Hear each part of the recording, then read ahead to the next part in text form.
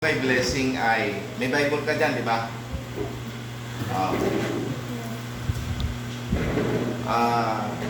Kawikaan, chapter 3, verse 5. Kawikaan, chapter 3. Ayan. Mula ano yun? Mula verse 1. Okay, basahin ko lang. Hindi lang to kay Blessy, kundi sa ating lahat.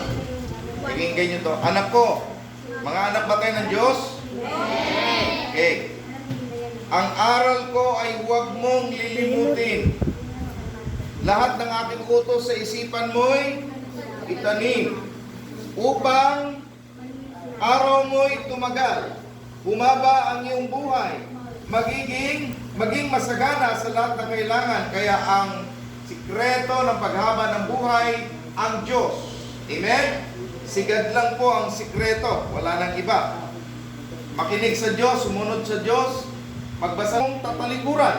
Kaya maging tapat yung mga sinasabi nila, huwag mong kalimutan yon. Ikwenta sa iyong liig at itanim sa isipan. Sa gayon, malulugod sa iyo ang Diyos at kikilalanin ka ng mga tao. Siyempre, pag nalugod ang Diyos sa atin, matutuwa rin yung mga tao nasa ating paligid. Kayawi ka magtiwala, buong puso at lubusan, at huwag kang mananangan sa sariling karunungan. Kaya kahit ikaw ay cum laude, ano pa man tawag yan, di ba? Cum laude, summa cum laude,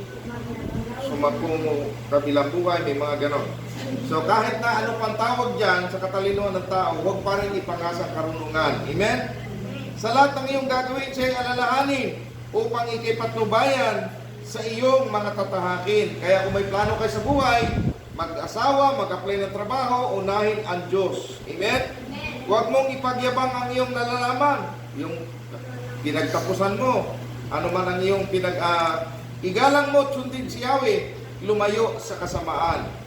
Sa gayon, ikaw ay lalakas at magiging matatag, mawawala ang pighati, gagaling ang iyong sugat. Kaya kapag inuna ang Diyos, sinunod ang Diyos, gagaling ang mga sama ng loob natin. Gagaling ang ating mga sugat sa damdamin. Amen?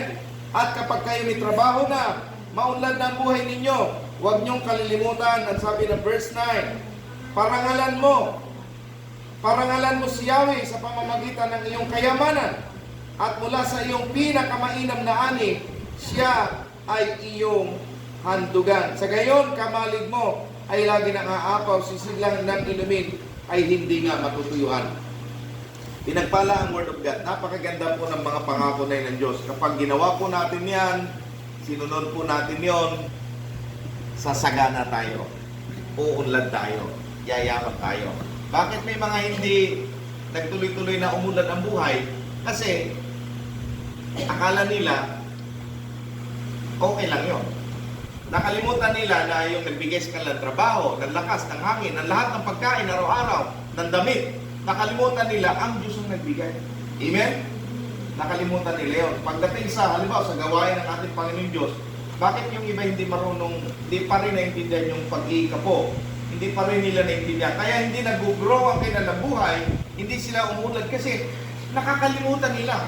Kaya pakatandaan po nyo ito, mga kapatid kong minamahal. Ang naghangad ng kagitna, isang salupang, ulitin ko, ang naghangad ng kagitna ay isang salupang.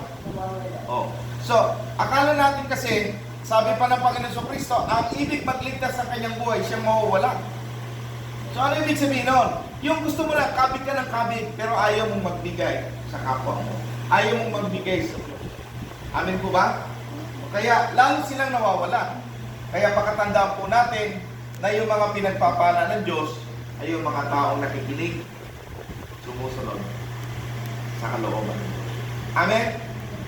Hindi ho kawalan yung sa Diyos. Kung tayo naman ay bakit naman tayo nagbibigay, kailangan ba nigad yan? Hindi. Gamitin naman yun para sa gawain ng Diyos. Pero, sino bang nangangailangan? Ang Diyos o tayo? Kaya tayo nagbibigay kasi tayo nangangailangan. So ang pagbibigay sa Diyos, subok yan. Sinusubok lamang tayo ng Diyos. Kaya sa karawan ni blessing at sa ating lahat, nawa ay huwag tayong matakot sumunod sa kalooban ng Diyos.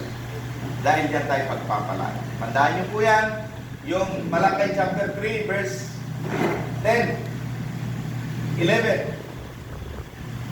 Bubuksan ng Diyos ang durungan ng langit para iko sa atin ang pagpapala. Pero anong unang sabi niya? Subukin ninyo ako sa mga bagay nito. Subok po. Kaya pagsubok sa akin, hindi pagsubok. Kaya yung iba nahirapan sumunod kasi hindi sila nagpapasubok